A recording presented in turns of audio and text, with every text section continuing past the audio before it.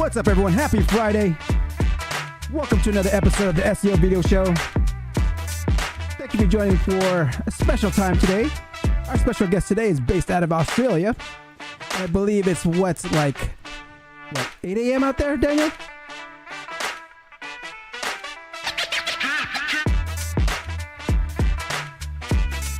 All right, I see Daniel in the back.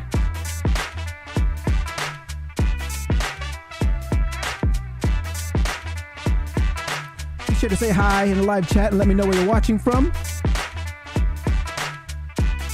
Today's topic, we'll be talking about building an SEO personal brand. So do you want to establish yourself as an expert, get some more clients, build your brand on LinkedIn? Ooh, I got a treat for you guys.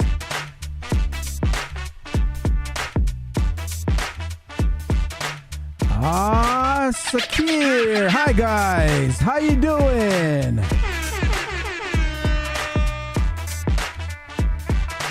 Stefan, my man, happy Friday. Isn't it really late where you're at right now, Stefan? Love it. Daniel, can you hear me okay? Can you hear me? Let me see, I don't think Daniel can hear me. Can you hear me? Let me see.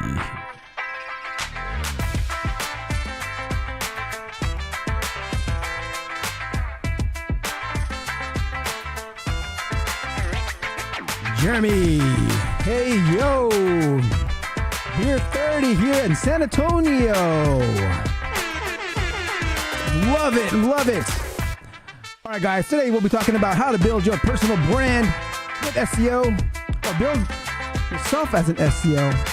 I first started following Daniel, and he had about maybe 1,000 connections on LinkedIn, and I swear, in just weeks, shot up to about 7,000, 8,000. He landed a new gig. Want to hear all about it? He's now the SEO manager at Adobe. Some good stuff. Man, Stefan, 1 a.m. It's crazy, my man. Hold on. Let me make sure. Hey, Daniel, can you hear me okay? Daniel. Let me see. Let me see.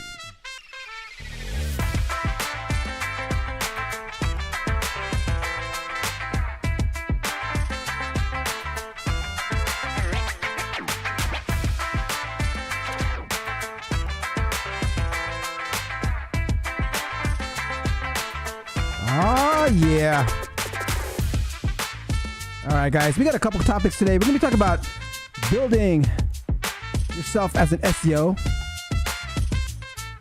and talk about how we can integrate SEO in other channels. Victor McGrath, what's up, Daniel and Dre? Looking forward to building my brands as an SEO.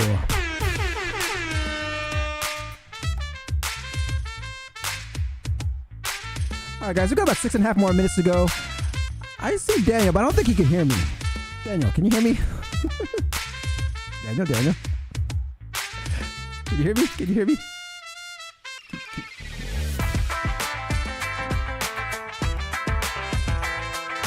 Can you hear me? Oh, man. Can you guys hear me out there? I think you guys can hear me. I hope so. Hello from Seattle. Carol.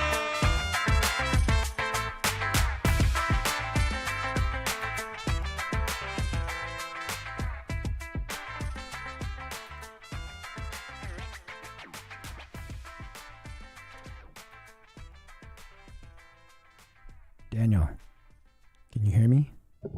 There you go. I can. Okay. I was wondering, wait a minute. Can you hear me? Because I was calling your name a few times. Sorry, I muted it. Okay. All right, guys. Yes, we have the sound going. Lucy says hi. Some. All right. Now I was saying, what time is it over there? Because it's 1 a.m. at someone's where Stefan's watching from. I was like, man, he stayed up late for this one. It's turning to 8 a.m. Nice. All right, guys, appreciate everyone coming out really, really late or early, wherever you're at. We have Daniel, crisis averted. Yes, Jeremy. I think he's been to a few technical difficulty episodes. But we got this one. We got this one, guys. All right, guys. We got less than 5 minutes, more minutes to go. If you're looking to build yourself as an SEO professional, build your brand, use LinkedIn as a lead gen, and build your credibility. Man, I swear to God, Daniel has the recipe for that. If you're not following him on LinkedIn, please follow him now. Yes, 1 a.m. That's dedication.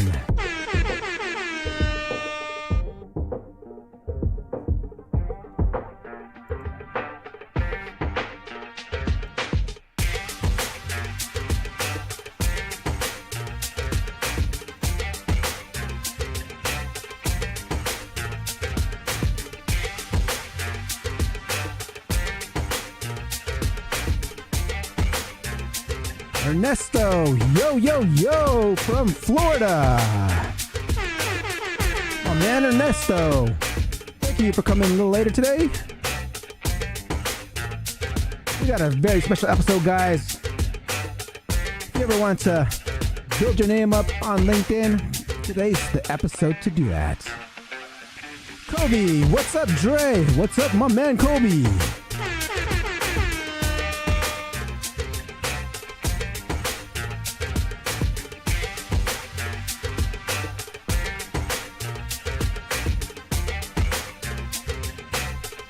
All right, guys, we got about 3 more minutes to go. Be sure to get your shouts out, get your questions ready. I got a bunch of my own. In today's main topics, we'll be talking about building your SEO personal brand and integrating SEO in other channels.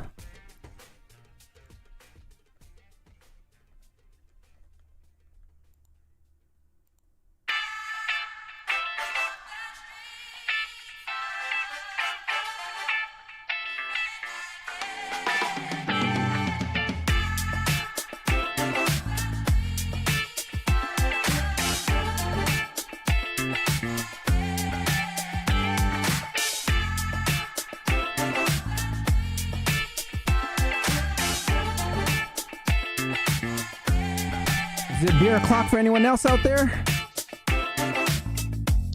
What exactly is beer o'clock? When does that start? 8 a.m.? I know. At a startup, we always had alcohol, and I would say, "It's shot o'clock time, shot o'clock." And it was at 5 p.m. Right when everyone hit 5 p.m. I'll walk around with a bottle, pour shots for everyone at the company. A bottle of what? Bottle of either whiskey or vodka. Both that burns. Great. Oh yeah, guys.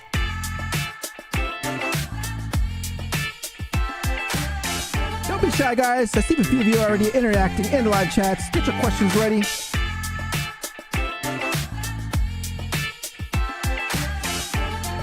San Antonio, Texas, Jimmy. It's what? Is it about 5 o'clock? It is about 5 o'clock there, right? 2 hours ahead where I'm at.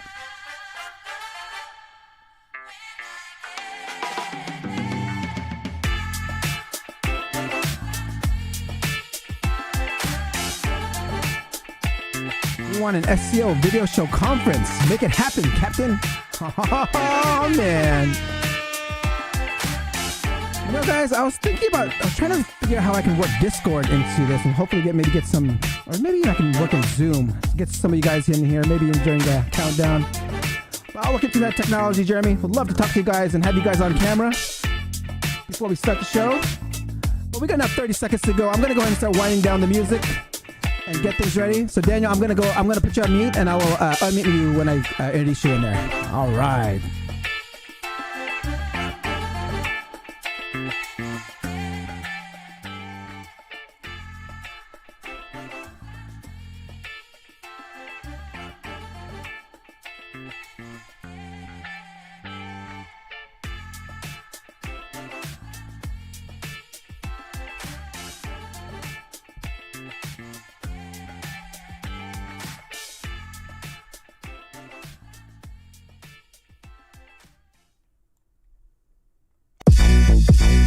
Yeah. Hey, time to get it started. No delay, let's work.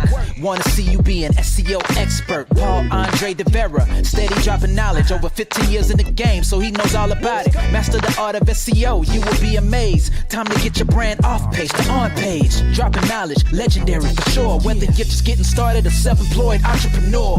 Yeah, let's go. Subscribe to the SEO video show. Hey, welcome to another episode of the SEO video show where SEO is alive and fun. My name is Paul Andre De Vera, aka Dre, and I curate SEO videos released in the past week. It's about 1-minute clips. My favorite part of the show is when I get to introduce my guest, and my guest today is the SEO manager at Adobe, Daniel Cheung. Before we get started, we'll say what's up to everyone in chat. I see Maj, what's up, my man? Jeremy, Kobe, Ernesto, Daniel, Lucy, Sakir, Carol, Victor, and so much more, and Stefan. Welcome, everyone. Please support the channel. And let's get on with the show. Hey, Dre, what music do SEOs like? Alternative? Get it? Alternative.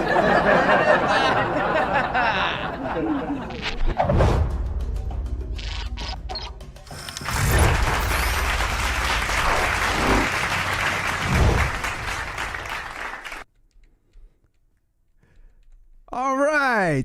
So I gave an early round of applause for myself. All right. Google updated its page on canonicalization with detailed recommendations for syndicated content. Google says that syndication sites should just block the content from being indexed.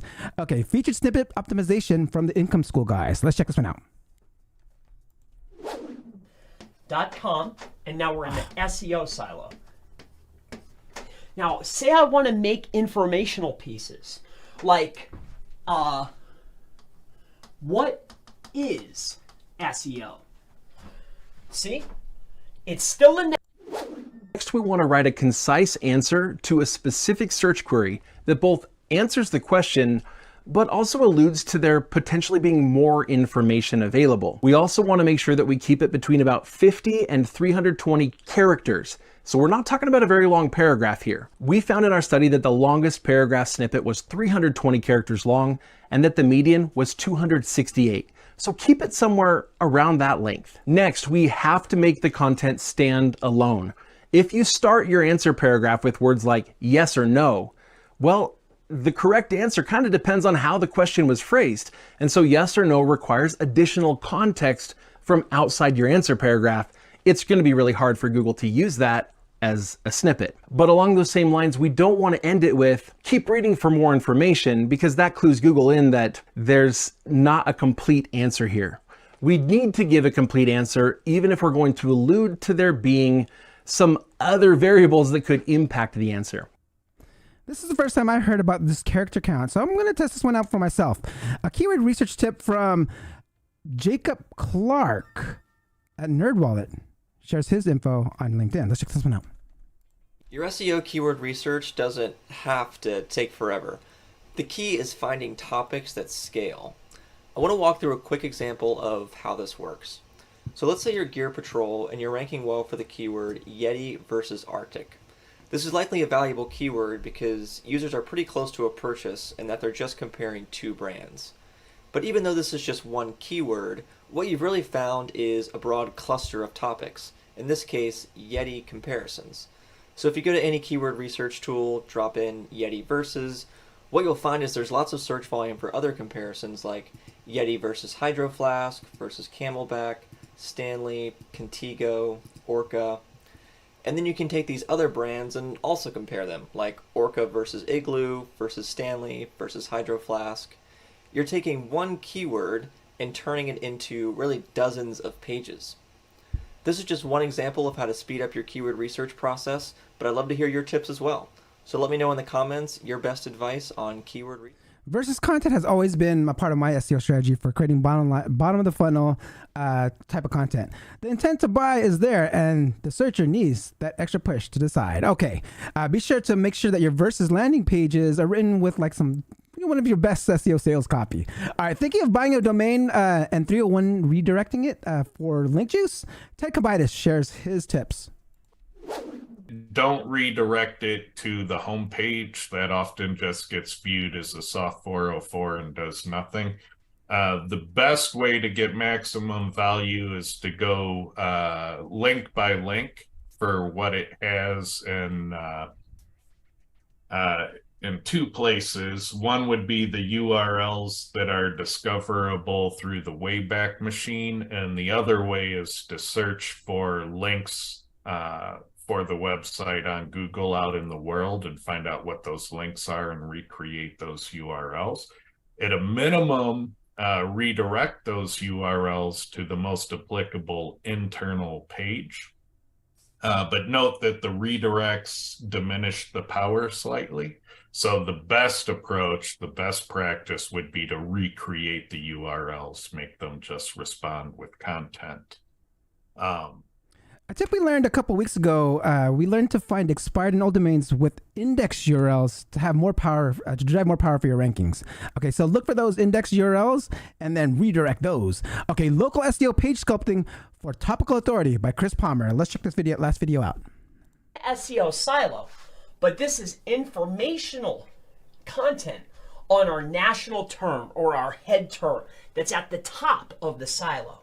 But Chris, what if I want to make informational content for the New York? Well, very simple. Chris.com, okay? Because Chris is the brand. Chris is an expert at SEO.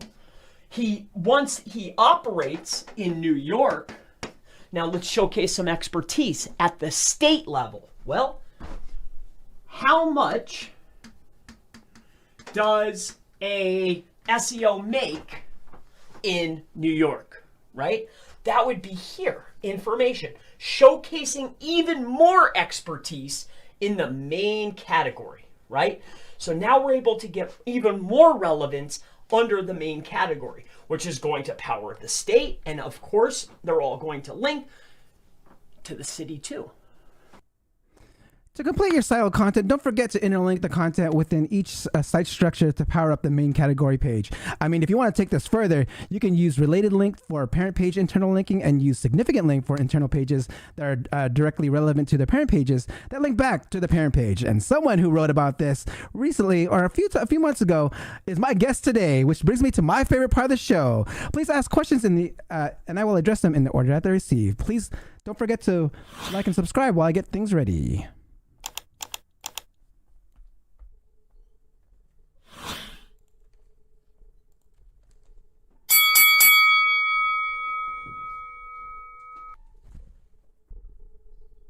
Daniel's an SEO consultant and organic growth educator based in Sydney, Australia. He consulted for major brands in the financial and banking industry. He 5x'd his LinkedIn following in 11 weeks and cracked 1.1 million impressions. He is the host of Scheming Schemas. He is currently the SEO manager at Adobe. Please welcome Daniel K. Cheung.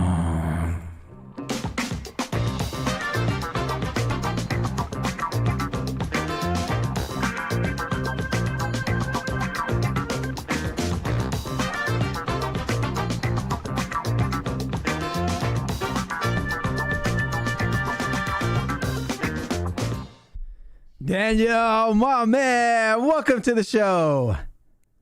Wow, Dre, that was quite an introduction. And for everyone who's joined us, good morning, good afternoon, and good evening, no matter where you are in the world. Everyone, let's give a round of applause.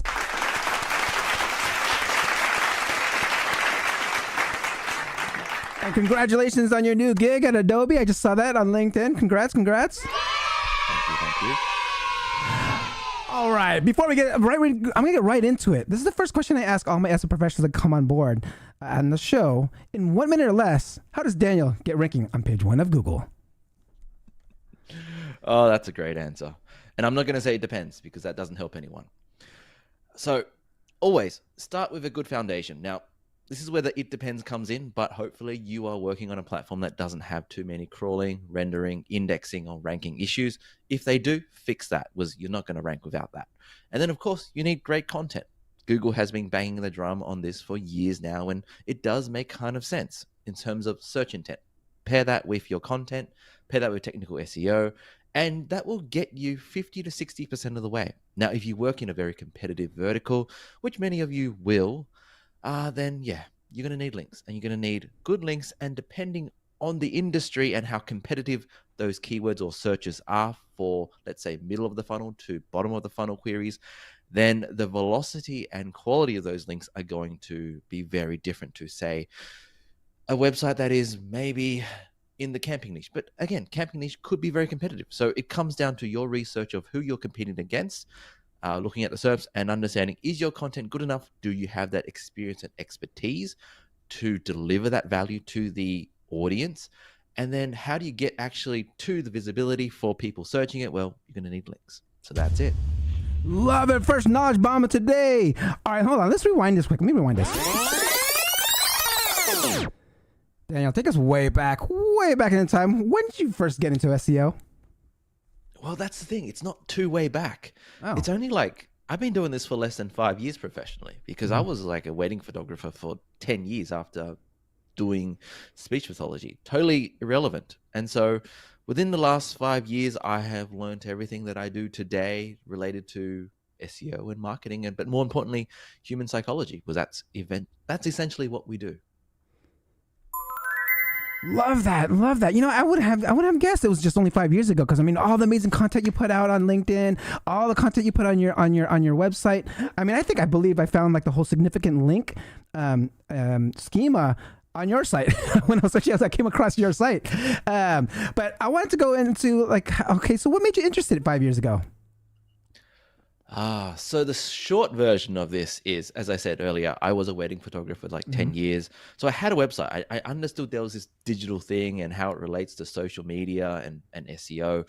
But, you know, I got married, and then I realized, okay, I need to contribute financially to this relationship. And as great as the lifestyle was as a wedding photographer, it wasn't very stable financially. So I'd known a founder of an agency here in Sydney for quite a few years, followed him on Facebook, and, you know, the opportunity never arose because I was running my own business. So I hit him up and go, hey, do you have any job openings? And I told him, I know very little. In fact, I know nothing, but I have my own website. We had an interview, and, you know, in the next week or so, I was hired as a junior. And that started my journey into the world of SEO. But, you know, let's be honest, for the first year, I knew very little. In fact, for the first year, I had no idea what I was doing and whether or not it was right. That's interesting. So how'd you know? I mean, how'd you learn it then? I mean, like, how'd you know what you're doing was right? So I've always struggled with abstract learning, and that's what is forced upon you when you're growing up at school. So I'm a very hands-on, practical person. So luckily at the agency, I had a lot of resources that I had access to, so courses. So the first one is the Affiliate Lab by Matt Diggity. That's really good for learning the tactical implementation and the foundation of SEO. Then there's the SEO Blueprint by Glenn Aesop. And that really opened my mind into how to practically take action in terms of technical SEO. And then the third thing that really helped me, I guess, develop what we're going to talk about later on this show is the SEO MBA by Tom Critchlow. And that is, how do you communicate what you know, and when do you communicate it, and how do you communicate it? But, you know, in all honesty, it's a lot of reading. It's applying what you can to whatever websites you are allowed to, including your own, measuring, hopefully, and drawing conclusions and repeating that process until you figured out, oh, maybe I've hit something right, or maybe it didn't work, and then understanding why it didn't work, and just repeating that process until you get somewhere. Love it. So those three courses right there are kind of the pillars of what you learned right there. Okay. So I want to go into like people you actually followed them. I mean, did you follow anyone, or did you just stick to like those three people? I mean, was there any like other things you followed? And definitely follow people. In fact, I haven't made a list. I'm going to read them out because they really help me understand the practicalities of SEO and the wider marketing thing. So first one is Amanda Natividad, so CMO of Spark Toro. For anything that is marketing related, she is the bomb. When it comes to content and perhaps writing for fintech, there is Araminta Robertson. There's Lee Foot for anything that's Python related. Like, I don't know how to code. His content just blows my mind. Erica Schneider, again, for community building and content. Christina Azarenko, technical SEO. Lily Ray and Jamie Indigo, of course. Aleda Solis. And Alex, I don't know her full name, but Alex from Know Best Practices for Ecom Implementation. That stuff is gold. So they're the people I follow. They're the people who inspire me. Of course, there's other people that I followed I've forgotten, but They're the people on Twitter and LinkedIn that I follow religiously and always add value to my life. And of course, Love you, that Dre. list. Thank you. No, that's a great list there, right there. I mean, definitely got to check some of those people out, on the ones that were not SEO related, because I do want to like kind of learn more about Python. I mean, I'm personally trying to get into learn more about BigQuery and Python and stuff like that. So that's not stuff that SEOs should start really building up their skills. Okay, so I want to get into the topic of today, and which is something that really I found like very, very impressive. I was like, I remember when I started when we first got connected on LinkedIn, I was like, reading your content. I love your content. Then all of a sudden I did see your connection count just go through the roof. It like literally went through the roof. I mean, I saw from one time just checking it out. That was like, whatever, 1,000 something. And then to like over 7,000. I was like, what? And that's when I think I emailed you. I was like, hey, I want to get you on here. I want to see, let me know. Let's talk about how you did that and, the things of what you were doing. I mean, so, and then I saw that you were you started charging like $2,900 a day. I was like, oh man, he's charging big bucks now. And then you get hired at Adobe. So I'm guessing all of this that you did on LinkedIn kind of led up to where you're at right now, right? And so I want to get into so how did you first get started with building your personal brand on LinkedIn as an SEO? Yeah, let's unpack all that. Okay. So I first started in Feb. That was the time where I was starting to look for a new job. And so I always knew it's not what you know, it's who you know, right? Mm-hmm. And at the time, I'd spent maybe 2 years building up a following on Twitter, but I wasn't getting that reach. Twitter was great for interacting with fellow SEOs, but I wasn't really getting that huge following that I was after. And so I thought about LinkedIn. And at the time at Optus, where I was working previously, I had a director of marketing who said, you need to build your personal brand. Let me know how to help you. And so at the time of when I was thinking of leaving at Optus, I was like, okay, I need to put this into practice. Now, how do I do that? And here's the thing. When we think about building a personal brand, sometimes it can sound very salesy, sometimes very cringy. And it all depends on how you do it. And when you ask me, how did I build my following from, I think in February, I had organically gotten 1,500 without knowing that was even a thing. I didn't know you could follow people on LinkedIn. I thought it was just connections. To where I am now, which is almost at 8,000. It comes down to the why. Whatever you do in life, it always comes down to the why. And for LinkedIn, how I tried to grow that follower account was understanding what is my why.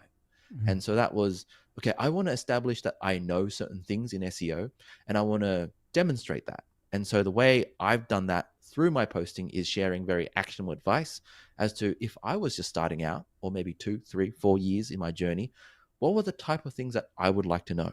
And again, going back to what I said, I suck at abstract learning.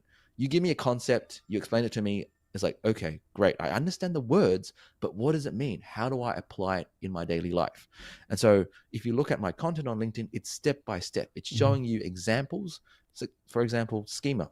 That was just a topic I picked because no one seems to be talking about it. And at the time, I was really interested in understanding how do I connect one schema type to another schema type. And all over the web, I found all these amazing resources that was abstract learning. It was telling me, this is entity-based search. This is entity SEO. But okay, so how do you do it? How do you actually do it? No one would explain that. And so I learned that myself by a lot of trial and error. And then I decided, okay, I'm going to share this. This is my niche. Or for those of you in America, niche. No, niche. This is my niche. I'm about niche.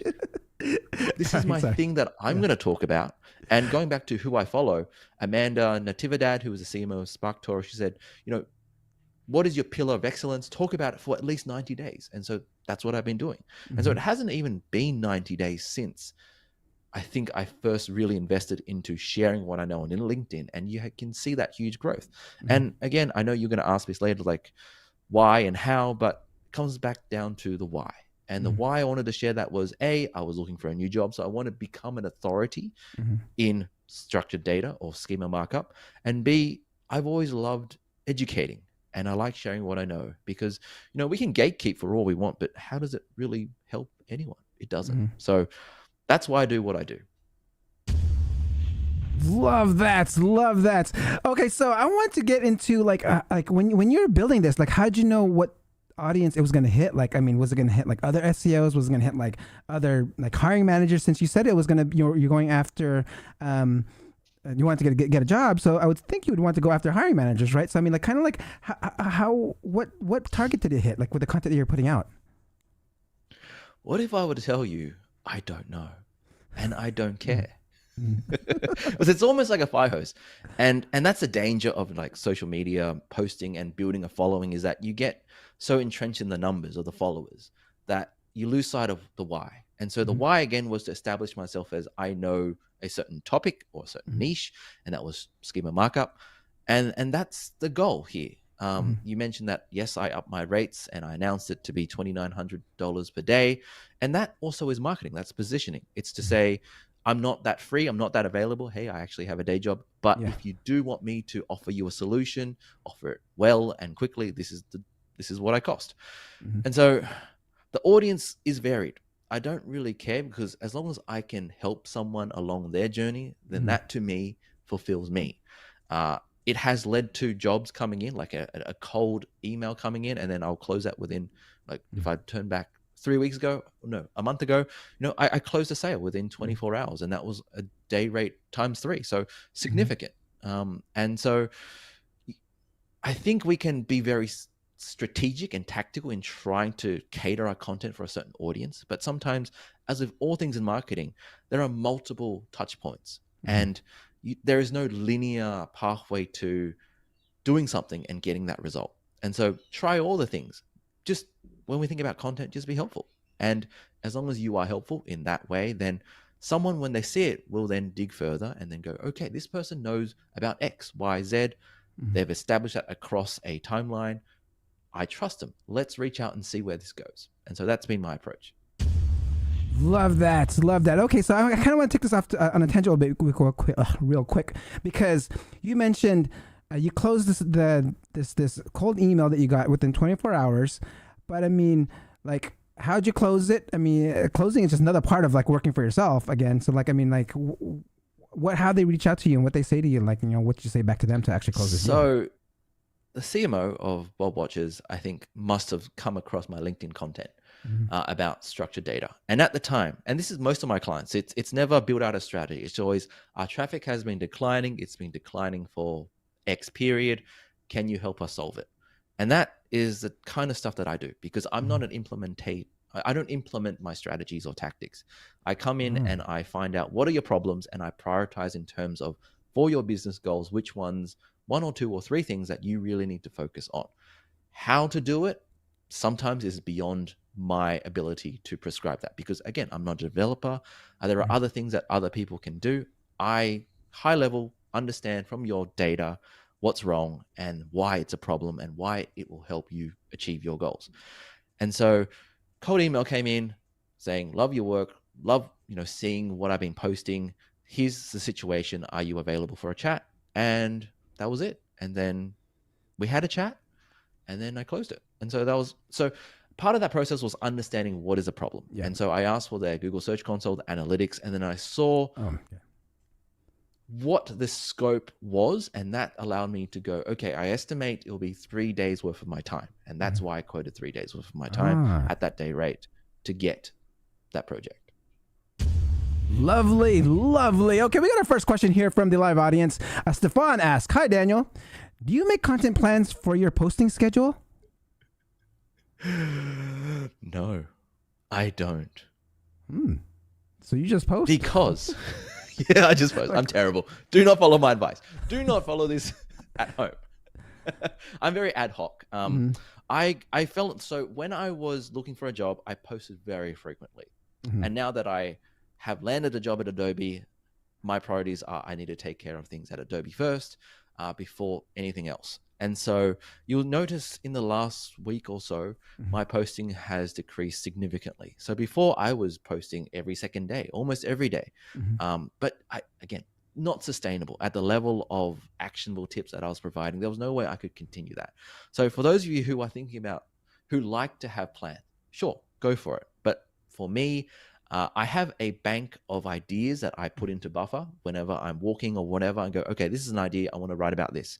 And then I build it into Canva or Adobe Express, because now I work at Adobe. I build the creative visual side of that into that. And then I post usually nowadays on a weekend, so Saturday or Sunday, UK or Europe time in the morning. And that for me has gotten the best bang for buck. Was what I've realized was I was posting like at 8 a.m. for Australian Sydney time, and there was no engagement because I realized in Australia, Australians don't like to use LinkedIn unless they're looking for a job. And so even if I was reaching or was posting content for SEOs, then they're not interacting on the platform. So someone like Miriam Jessia recommended, why don't you post in European time? And I was like, okay, let's try that. And I feel as though in different areas of the world, people interact with LinkedIn differently and they use it as a source of information and education. And that has really allowed me to grow to where I am today. So knowing your audience and how they use a platform, again, human psychology and marketing. Love that. So, I mean, like, how were you able to find that data of when's the best time to post? Or like, I mean, like, you know, what, yeah. was it just a tip from that? Dre, you think I have all these answers? It's been ad hoc, man. It's just like I have tried. So again, comes back to SEO testing. I'm not the best tester because I don't like to be too formal with these kind of things, but it's looking at your impression. So LinkedIn gives you these analytics. It's not the best, but it's good enough. It doesn't give you hourly breakdowns like other platforms, unless you use a third-party tool. But what I found is if I post at my time, well, daylight savings ruins it, but around 8 a.m. Europe time, UK, you can start seeing India, the subcontinent, starting reacting, and then UK reacting, and then sometimes North America. And so that has been what works for me. It may be totally different for you. So again, comes back to try different things, post what you know is going to be good content for your audience, and then try different times, different days. And sometimes maybe algorithms totally different for LinkedIn or for Twitter or for Facebook. And so, you know, you just got to try. As annoying as that sounds, I can't give you the golden secret because there is none. Love that. Bradley says, interesting info. All right, so I want to get into more tips then. I mean, like, at least from your personal experiences of what you are able to do and that you know that you can share with the audience here on some actual like actionable tips that we can do, you know, to like pretty much grow our following on LinkedIn, you know. Okay, so I want to preface this by saying everyone's journey is different. So 3 years ago, when I was trying to build a following on Twitter, I wasn't comfortable sharing my SEO knowledge because at the time I had imposter syndrome and I couldn't share the case studies from the agency anyway. And so my approach to building a following and people to get to know me was by interviewing people such as you, Dre, on this show, on my own show, so that I could build that awareness. Oh, there's this guy called Dan. He's an okay conversationalist and he's got these amazing guests. And so that was the beginning of my journey, was to surround myself with awesome people that other people respect. And then it wasn't till recently that, you know, I decided, okay, maybe I do have a ton of stuff that I can share, that I can teach others. And then I was comfortable enough to put myself out there. Okay, so I had like 4 years ago, I wrote this blog post on how to put hyperlinks in your FAQ content. And it's been ranking ever since. So I was like, maybe I should convert that into a LinkedIn post. But first, let's write something quite engagement baity. And always you start with 99% of people do this wrong. Yeah. Right? That always gets people like, oh, am I one of those? Am I the 99 out of 100? And so going back to my preface of saying everyone's at a different journey is you could start paraphrasing or high level what other people share. Maybe that is what you're comfortable with. For me, I'm at a certain point where I am comfortable sharing how to do stuff. I will show you screenshots. I will show you the bad code that I write. Essentially, what has worked for me is, and I can see this in analytics, when I'm sharing conceptual stuff or personal thoughts, the impression rate is very low. But when I'm posting, here is how you actually do something, problem, solution, impressions, they hit like 10K within 2 hours. And so from my perspective and from my experience, the content that really resonates people is showing them how to do something, because most people already know, especially people on your show who are SEOs, they know the concept. I know EEAT is important. I know link building is important. I know good content is important. Show me how to do it. And that takes a lot of time. It takes a lot of experience to know how to convey that. But everyone's on a journey. Start. Maybe you start with the concept. Then you slowly go into mixing that concept with just one example. And then before you know it, you are fully into the weeds, showing people how you do it on a, you can use OBS screen recording. You're showing people how you're doing it live, making all the mistakes like me swearing as you're going along. I'm not swearing on this show because this is a family-friendly show, right? Yeah. But, do what's comfortable to you at that time whilst pushing yourself into always that I'm feeling uncomfortable zone, because that's when you grow and that's how you add value to others. Love that answer. Okay, so now I want to go into engagement. It's one thing to have a bunch of followers and stuff like that. I have a ton of followers, but I don't get that much engagement. Maybe you can help me out here too, because how are you getting more engagement within your posts, and how important is it within the LinkedIn ecosystem? I'm going to share my thoughts, but first I'm going to say what the general consensus of engagement of LinkedIn is that you spend 30 minutes every day replying to comments or adding to other comments and then tagging people. I don't do any of that. I haven't done any of that because I don't have the time to do that. I treat LinkedIn as a platform for me to amplify my insights to help the audience achieve their goals.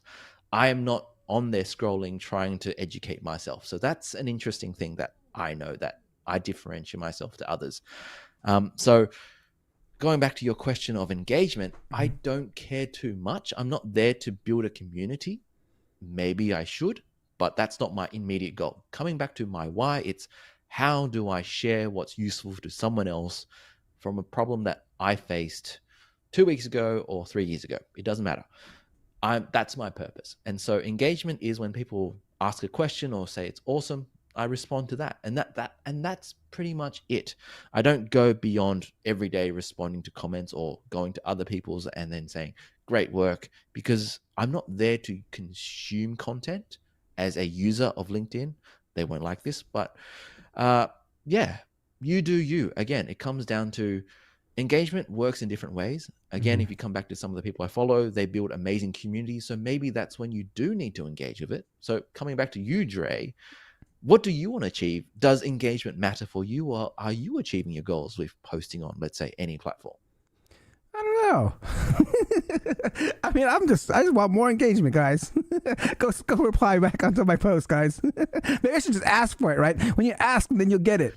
Because like how when you have a call to action, you have to have a call to action in certain things, right? So you just have them. If you want engagement, I guess maybe I should just ask them. Like, show me what are your comments? Actually, yes, you reminded me as I was building my carousel. So again, coming back to my engagement or LinkedIn following building strategy was, I used to write long posts with maybe an image. Now I almost 99% produce carousel, so PDFs that I convert that become scrollable things on LinkedIn. Very, very engagement heavy because people are curious to see what's on the next slide. But what I learned, and this is a good thing about LinkedIn, is that you can learn a lot from other people who are there to build their following. And you can do the same from my content, is that you go to the last slide. There is what you said. It's a call to action. If you like this content, repost it. So you're giving a direction to people what to do, because most people will consume it. Okay, keep going. But if you actually ask them to do it, half of people will actually follow that. And so if you want that, ask for it, because if you don't ask for it, then you won't get it. Love it. All right, guys. Hope you're enjoying all these knowledge bombs here. I want to make sure in the audience, if you have any questions, please ask them in the live chat as I will start going into more other stuff besides LinkedIn here. But, just to sum things up here on the LinkedIn, how do you feel like building your personal brand has done for you? Obviously, I think it's done really well because you got some clients, you got your new job. Just sum things up, what were some of the benefits that, building, why is it important to build your personal brand on LinkedIn and, stuff to make sure that things you can do just get started right away? That's a really good question. And I want to swap out the words of personal brand to a word that you mentioned earlier in the intro, and that is reputation. Your reputation is going to be the thing that defines who you are and how people think of you. And that's what personal brand is building. It's not about forcing a sale. The sale is a byproduct of that reputation that you create, and you have to create it. You have to nurture it. You have to take care of it. And it's more than just a perception. Some of it will be perceptual, and that is the various touch points that people come across you. But across time, as you're consistently posting about a certain thing and the way you communicate it, that is going to, in people's minds, create a profile of who you are, what your values are, and what you represent. And more importantly, how you can help them. And it may not happen today or tomorrow or next month, but when they're ready, they will go, that person, they post about this. They seem to know a lot about that topic, seems to be relevant to my problem that I have right now. I'm going to reach out to them. And that really is reputation or personal brand building, in my opinion anyway. Love it. All right. Let's get into your, I want to go into, your new career here at Adobe, right? So like, I'm curious, like, so did you just start it? Was it just within the past week or 2 or 30 days? Yeah, 2 weeks. I've just finished my second week. 2 weeks. And it's been lovely. So for those that are like, looking forward to, get a new job, I mean, how does it look like? I mean, what are you doing within the first 2 weeks? How's your first 2 weeks look like so far? I think for most organizations, whether it's agency or enterprise or in-house, the first 90 days is soaking up as much as you can. Mm-hmm. Every organization have their acronyms. Every enterprise has a lot of acronyms, and it's understanding what they are and then all the different products that they offer. So my last 2 weeks has been relatively slow. For someone who loves to take action, it can be frustrating sometimes because I can't do the things. But sometimes you need to take the time to absorb as much as you can. And sometimes in a meeting or in any context, it's better to listen than to be speaking. Because a lot of the times we like to convey that we know our stuff by speaking. But sometimes it's better to just wait and absorb that information and then think about it. And then when you do speak, it makes sense to those who are in the room or in that conversation. So for me, it's been relatively slow, but yet fast, trying to upskill myself in terms of how certain portions of Adobe work and how I can add value to that. So that's probably it. Rush in as much as you can to absorb the information. But usually, especially when let's say you're a freelancer or an agency and you're trying to win a new account and you've won a new account, it's easy to find problems, especially technical SEO. You look at Adobe, there are a host of very basic technical issues. It's not that we don't know about it. It's not that management doesn't know about it. Maybe it's not a priority, or maybe it's already in the works. And so sometimes as a freelancer or as a third party, we come in all guns blazing. Oh, you've got all these things. You've got these bad links, or you've got all these errors on your pages. It's like, chill. We know this. Ask the important questions. What are your goals? What are the things that you really want to achieve? And that's what I've been asking in the past 2 weeks. And that is going to give you a lot more respect as opposed to trying to sound smart. Love that.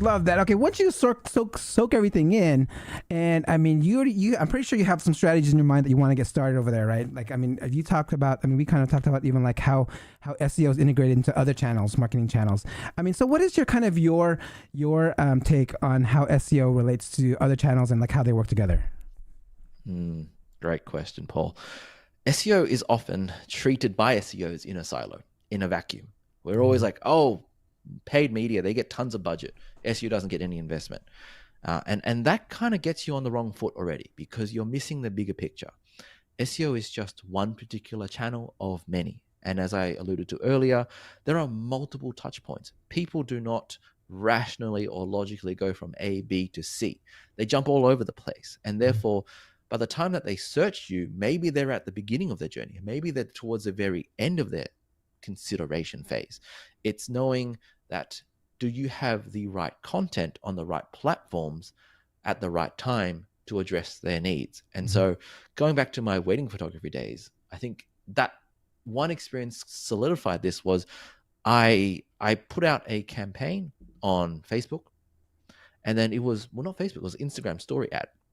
So I put an Instagram story ad, and it was a swipe up to go read about a particular piece of content. And then from there, I'll use the pixel to remarket to them other content.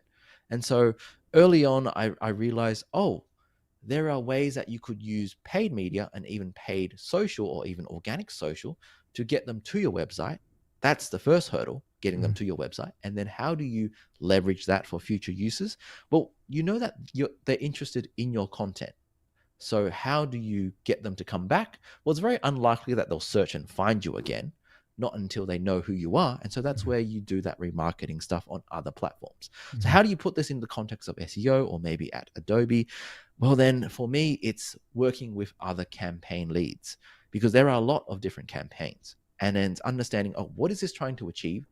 How can I embed this in the content? How can I make that content work from an organic perspective? And then how does that follow on to the next step in that buyer's journey, whether it's paid or organic? And so for me, it's not so much pushing SEO. They know SEO is important. It's more, how can I amplify and improve the content that's already going to work on that platform to make it work for search as well? So that pretty much is our overlying strategy. And it's more of an education piece and getting, well, there's already buy-in. It's more, how do we execute and how do we put that in a format so that it's ingrained in the process itself. All right, love that. I mean, so can you share some examples of a successful campaign that that integrated SEO with other marketing channels? No. So I mean, we got your. No, your I'm wedding. kidding. I didn't want to put you on spot there. I was ready to move on. I got you, brother. That's okay. It's okay. But yes, take that example I provided earlier, where you can think of, you can use different platforms, social media, paid or otherwise, to get people to your website. Or maybe it's get people to your website first and then retarget to them. Either way, I think what I want to emphasize is that, yes, SEO is great. Yes, it's free. It's obviously not free, but how do you get the most out of it? Either way, you're going to have to spend money. It's knowing when to spend money, how much, and when. Got it. All right. So now we have, we talked about like integrating these things with other channels. I mean, are there any like tools or like resources you recommend that businesses are looking to improve like their SEO efforts and with conjunction of other marketing channels? I guess it comes down to data and trying to tell a story from data. Because you can get all the data in the world, but it doesn't mean anything. Yep. You need to figure out your own truth from that. And so again, it comes back to testing. Try it on one platform, see if it can move to another platform, and then look at the analytics from that to see, we'll have a hypothesis and see, does it actually translate to anything? And chances are it does, and then try to improve upon that. And then, what we do is essentially optimization. Maybe it's decreasing the spend of a certain way to get more of something else. Either way, there's multiple permutations of what you can do, and you can spend all your money on something. It's, again, comes back to your why. What are you trying to achieve? We know we're trying to sell something.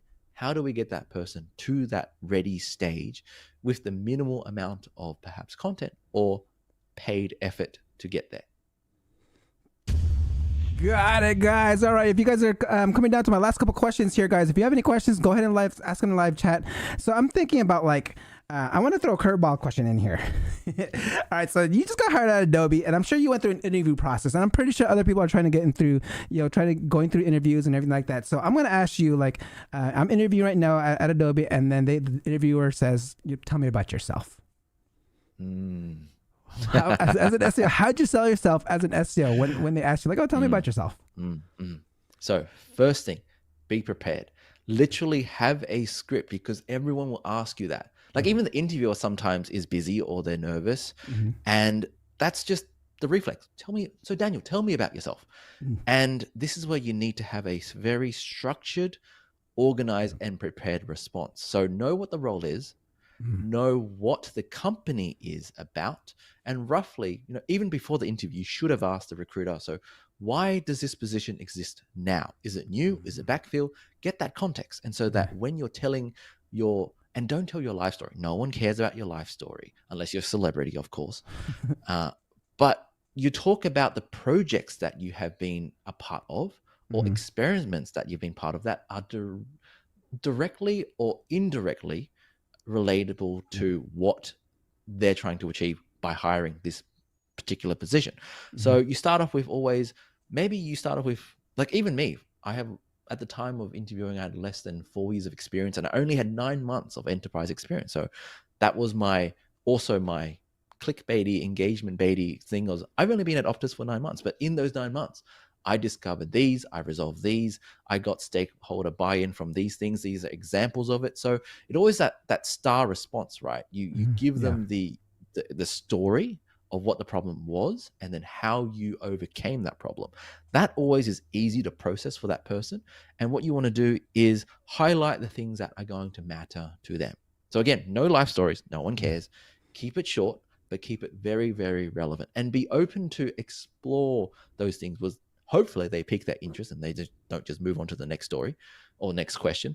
They might prompt you as, okay, tell me more about that. And so have your case studies essentially prepared, and then have your numbers prepared, have your stories prepared so that when they ask you that question, you come off as polished, because that is one of the first things that they're going to pick up on is you start umming and ahhing and you laugh. And look, we were all nervous. It's an interview. We get it. But project a sense of confidence by preparing. And it means, talking to a mirror sometimes, talking in the shower. That's what I do. I talk to myself all the time. Love that. Let's not go there. All right, guys. And he mentioned something there called STAR. If you guys don't know what STAR is, it's a method for situation, task, action, and results. So make sure you structure your responses in that situation, task, action, and results. So that's called the STAR method. And I didn't see any other questions come on here. So I'm going to ask my last question that I ask all my SEO professionals to come on here. If someone wants to get into SEO game, become an SEO professional right now, what would your advice be to them? Do it. Just do it. Look, I know all across the world, there are a lot of jobs being, made redundant. I know, the world economics is not looking great, but when it comes to search and SEO, there's a huge opportunity because every executive understands that organic has a huge ROI, and long-term it costs them very little when it comes to conversion. So they get that. And so as a new entrant, there's a lot of opportunities. And the best way to think about all this, or contextualize it from my perspective anyway, is yes, learn about the tactics. So that's where Affiliate Lab comes in. But always remember, what we're trying to do is augment human behavior. It's trying to understand human behavior. And humans are crazy. Sometimes we're rational, sometimes we're not. And so it comes down to, if we talk about, what does John Mueller always mean by make great content? Because how does a algorithm figure that out? It's hugely subjective. Well, then it comes down to understanding people, but not just the entire population of the world. It's the context of what is that business? What is that page level? What is that intent? And what has it got to do with the business itself? And what does that person hope to achieve by reading that content? And so human psychology, it's always trying to give what that person wants even before they know it. So when you think about head terms, we all love ranking for head terms, right? Even though they don't ever convert. But that is the first way that person can articulate what that problem is. And then as they read more, they go, you go into the long tail. But it's understanding, okay, this is what they're probably going to go towards. We have that solution. How do we guide them to there through our content? Maybe it's internal links, or maybe it's all on the same page. It doesn't matter. It's at least knowing what that is. And so whether it's tactics or strategy, that is the why behind SEO. And whether you are scared about LLMs or the future of search and what will happen to those 10 organic links, it doesn't matter, because humans are always going to be curious. We are always going to search for answers. And yes, maybe the platform will change because of monetization reasons, but we're always going to need answers. And if you can provide that answer, and it's the best usable answer for that person, even before they know it, then you are going to make a lot of money. And that's why I'm in it. I love money, and I love making money. Love it. Okay. Thank you for sharing that, everyone. If someone, for this episode to feel complete for you, please, the stage is yours. Please let know how people can get a hold of you, and any last comments that you have. Well, clearly you can follow me on LinkedIn. I'm Daniel K. Cheung. I'm also on Twitter, but less so. But there are a lot of Daniel Cheungs in the world. That's why I'm Daniel K. Cheung. But yeah, you'll find me around the traps. And I will, even though I said I'm not there for engagement, if you do ask me a question, I will respond. All right, guys, everyone's going to give a round of applause. All right, thank you, Daniel. Can you hold on for one quick second while I sign off here? Hold on for one quick second. All right. All right, guys, that concludes another episode of the SEO Video Show. Please don't forget to support the channel by liking and subscribing and hitting that notification bell. And I will see you next week. Peace out.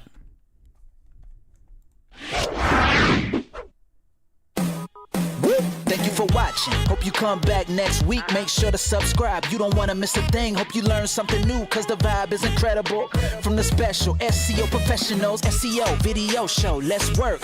Want to see you be an SEO expert. Paul Andre De Vera helping you step it up. No delay right now. Time to level up. Hey, thank you so much for watching. Make sure to subscribe. Woo!